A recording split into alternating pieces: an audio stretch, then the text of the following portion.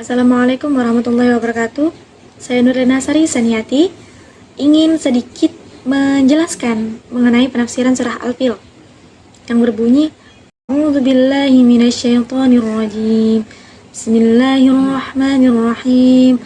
Alam tara kaifa fa'ala rabbuka bi ashabil fil? Alam yaj'al kaidahum fi tadlil wa arsala 'alaihim tayran ababil tarmihim bihijaratin min sijil faj'alahum ka'asfin ma'kul. Tidaklah engkau Muhammad perhatikan bagaimana Tuhanmu telah bertindak terhadap pasukan bergajah? Bukankah dia telah menjadikan tipu daya mereka itu sia-sia?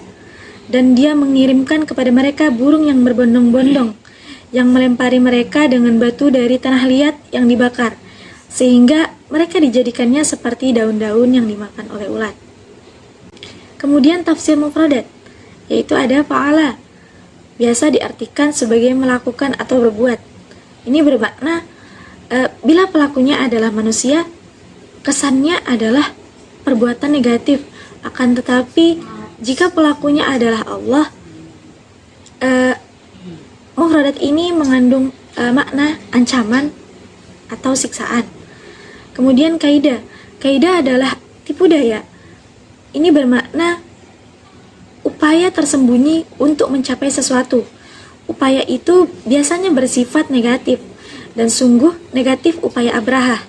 Ia ingin manusia berpaling dari Ka'bah dan beralih ke gereja di Yaman. Kemudian tadlil, artinya adalah binasa atau terkubur. Pada akhirnya tipu daya Abraha terkubur dan binasa atau sia-sia. Kemudian toiron berasal dari kata toro yang artinya terbang.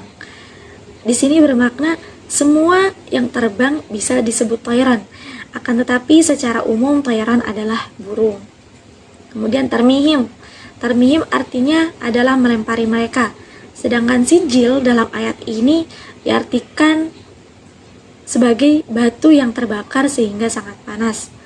Yang terakhir ada as, artinya adalah daun. Sedangkan kata makul berasal dari kata akala yang berarti dimakan, sehingga kata makul berarti sesuatu yang dimakan. Asbabun nuzul surah Al-Fil, di sini Abu Hasan Al-Wahidi itu meriwayatkan bahwa surat ini diturunkan terkait kisah pasukan gajah yang hendak menghancurkan Ka'bah dan perbuatan Allah kepada mereka dengan membinasakan dan menjauhkan mereka dari Ka'bah. Surah ini mengandung pembicaraan tentang kejadian yang terjadi dekat sebelum kelahiran Rasulullah SAW. Ringkasnya, pada saat itu Abrahah al-Ashram, gubernur Yaman di bawah kerajaan Habasyah, pernah berpendapat untuk mendirikan sebuah rumah ibadah gereja di Syan'a, Yaman. Dia menyeru bangsa Arab untuk berhaji kepadanya sebagai pengganti haji ke Baitul Haram. Nah, waktu gereja tersebut sudah jadi, pas udah dibangun, gereja itu dinamakan gereja Qulais. Nah, kemudian pas gerejanya udah dibangun, datang seorang laki-laki Quraisy yang membuang air besar. Lalu seorang laki-laki tersebut melumuri dinding dengan kotoran itu disebabkan kejengkelannya. Entah kejengkelannya karena dibangunnya gereja itu atau gimana, nggak paham. Nah, ketika itu Abraham melihat bangunan kebanggaannya atau gereja tersebut dengan keadaan seperti itu, yang banyak terlumur oleh kotoran. Nah, dari situ murka seorang Abrahah itu sampai menggebu-gebu, ibarat tuh kayak berapi-api bahasanya. Nah, dari situ Abrahah langsung mempersiapkan pasukan untuk memerangi Mekah dan menghancurkan Ka'bah.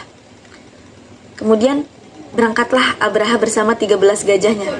Di antara gajahnya yang ada yang bernama Mahmud atau gajah terbesar dari 13 gajah yang lainnya. Kemudian mereka berjalan terus melewati sebuah lingkungan masyarakat Arab. Kemudian mereka perangi masyarakat Arab dan mereka berhasil memerangi masyarakat Arab sampai tiba di Mekah.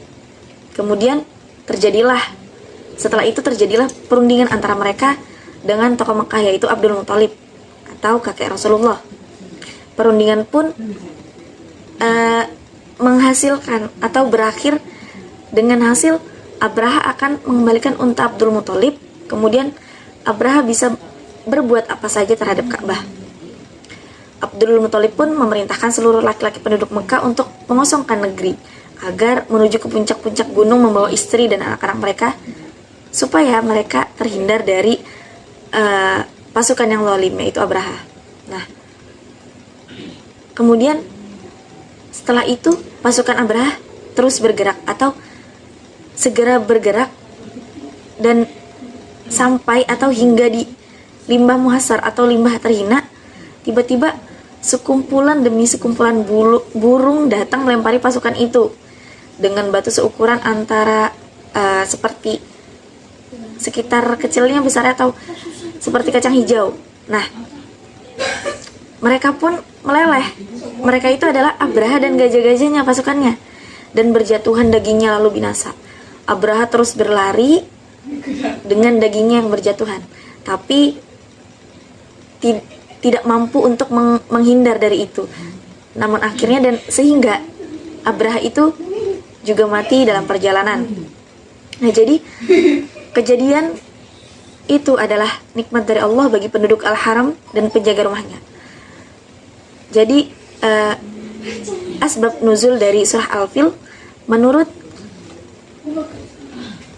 Abul Hasan Al-Wahidi ya seperti ini asbab nuzul yang menyebabkan surah Al-Fil diturunkan. Kemudian penafsiran surah Al-Fil ayat pertama yang berbunyi Alam tara kaifa fa'ala rabbuka bi ashabil fil. Tidaklah engkau Muhammad perhatikan bagaimana Tuhanmu telah bertindak terhadap pasukan bergajah. Ayat ini menggunakan istilah menyaksikan karena hal ini mengandung suatu pengertian bahwa cerita tersebut mutlak benar dan sudah dikenal oleh banyak kalangan, sehingga nilai mengetahui di sini dalam hal kejelasannya menyamai pengetahuan yang didasarkan pada penglihatan dan kesaksian. Abu Su'ud menjelaskan kepada Allah menurunkan ayat dimulai dengan percakapan dengan Rasulullah. Alam tara kaifa fa'ala rabbuka. Hal ini karena surah Al-Fil berkaitan dengan surah sebelumnya yaitu Al-Lumazah yang berbicara tentang orang-orang kaya yang menimbun hartanya kemudian menjadi sombong dengan kekayaannya. Pengertian asbabul fil di dalam tafsir-tafsir lain seperti Fathul Bayan dan Nuzum ad-Durar adalah tentara bergajah dari kerajaan Habasyah yang dipimpin oleh raja mereka Abu Maksum Abraha ibn As-Sabah al-Ashram. Ia ingin menghancurkan Ka'bah, kemudian mengalihkan kiblat yang ada di tanah haram ke arah Yaman, yaitu ke gereja megah yang dibangunnya karena kekayaannya yang diberi nama Al-Qulaish. Namun keinginan menghancurkan Ka'bah tersebut tidak terpenuhi. Kekuasaan Allah di atas segala-galanya. Bagi Allah, kekayaan mereka tidak berpengaruh sedikit pun dibanding dengan kekuasaan dan nikmatnya yang banyak.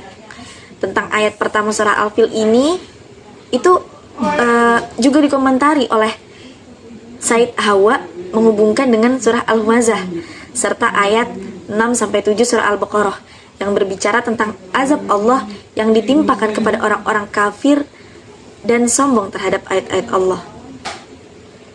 Pada ayat ini Allah berbicara agar Nabi mengetahui cerita tersebut secara jelas, sehingga kebenarannya tak dapat diragukan lagi bagi umatnya. Surah Al-Fil ayat kedua yang berbunyi, Alam yaj'al kaidahum fi tadlil. Bukankah dia telah menjadikan tipu daya mereka itu sia-sia?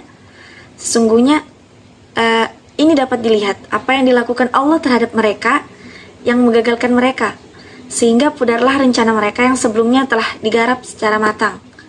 Pengertian tadlil di sini diperjelas oleh Al-Kasyaf bahwa yang dimaksud tadlil adalah sesat atau sia-sia. Artinya Abraha disebut raja sesat, mencoba menipu Allah. Yang pertama, dengan membangun gereja yang dianggapnya dapat menandingi Baitullah di Mekah agar umat yang berada di sana mengalihkan kiblat mereka ketika berhaji ke arah Yaman. Tipuan kedua yaitu ingin menghancurkan Ka'bah.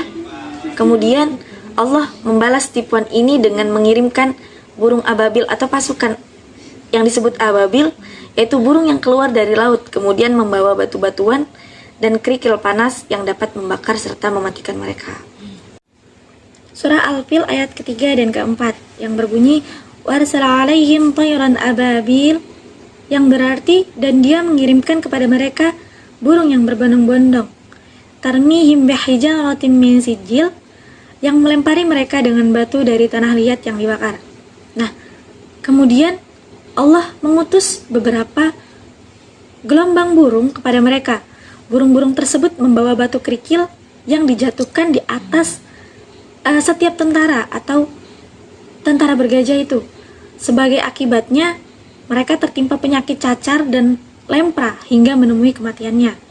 Kemudian, yang dimaksud dengan burung di sini ialah sejenis nyamuk atau lalat yang membawa penyakit.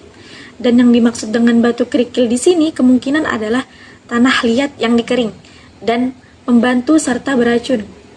Kemudian terbang di bawah angin. Setelah itu penyakit-penyakit menempel di kaki-kaki hewan terbang tersebut. Jika binatang terbang itu hinggap di kaki manusia, racun penyakit yang dibawa itu masuk ke dalam tubuh melalui pori-pori kulit. Kemudian timbul infeksi bernanah yang merusak jaringan tubuh. Anggota tubuh yang terkena penyakit terkelupas, lepas, dan rontok.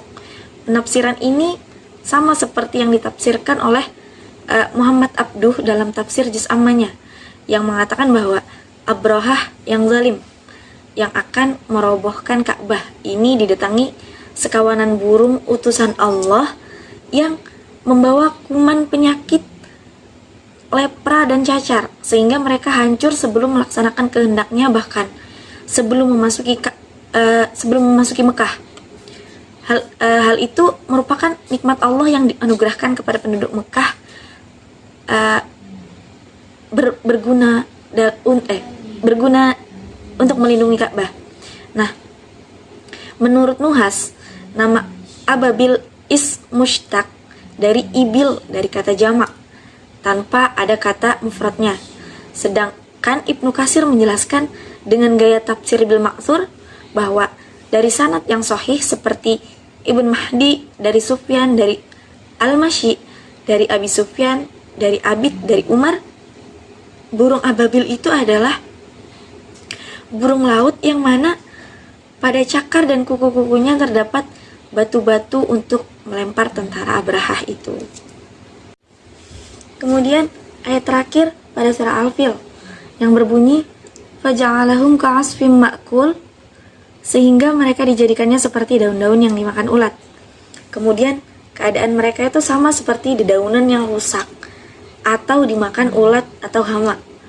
Dengan kata lain, keadaan mereka itu bagai dedaunan yang sebagiannya dimakan hewan ternak yang bolong-bolong itu loh, dan sebagian lainnya itu berserakan keluar dari mulut ternak setelah dikunyah. Ya hancur lebur ya, seperti itu.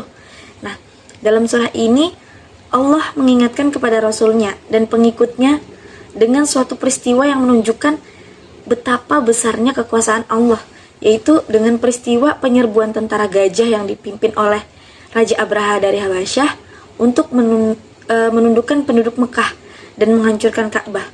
Tetapi Allah membinasakan mereka sebelum tercapai maksud mereka, yaitu melaksanakan rencana mereka yang jahat itu. Dia mengirimkan kepada mereka, atau Allah itu mengirimkan kepada mereka burung-burung yang berbondong-bondong yang melempari mereka dengan batu berasal dari tanah yang terbakar. Lalu dia menjadikan mereka seperti daun-daun yang dimakan ulat. Jadi benar-benar kuasaan Allah itu sangat besar. Allah dapat melakukan segalanya tanpa manusia atau makhluk pun melawannya gitu. Terakhir yaitu kesimpulan daripada penafsiran surah Al-Fil, yaitu Allah mengajarkan kepada Rasulullah dan umatnya betapa besar kekuasaannya serta kekuasaan tunduk pada kekuasaannya. Ibaratkan kekuasaan Abraha itu kan kekuasaan, tetapi tunduk lagi pada kekuasaan Allah gitu. Maka siapa yang dilindunginya, tidak ada yang mampu mencelakainya. Sebaliknya, siapa yang dihancurkan Allah, tidak ada yang mampu melindunginya. Sangat mudah bagi Allah untuk menolong siapa yang dikehendakinya, dan sangat mudah bagi Allah untuk menghancurkan siapa yang ingin dihancurkannya. Juga sangat mudah bagi Allah menghadirkan cara dan jalan kehancuran musuh-musuhnya. Surah ini juga menunjukkan Allah tidak ingin menyerahkan pemeliharaan atau rumah sucinya itu kepada kaum musyrikin, meskipun mereka membangga-banggakan melindungi dan memeliharanya. Allah langsung melindunginya dengan pertolongan yang sangat dahsyat dan menakjubkan, yang tidak sama sekali dapat dicerna oleh pikiran manusia dan diterka-terka oleh manusia atau makhluk lainnya. Sekian sedikit penjelasan mengenai penafsiran surah Al-Fil. Mudah-mudahan dapat bermanfaat bagi kita semua. Wassalamualaikum warahmatullahi wabarakatuh.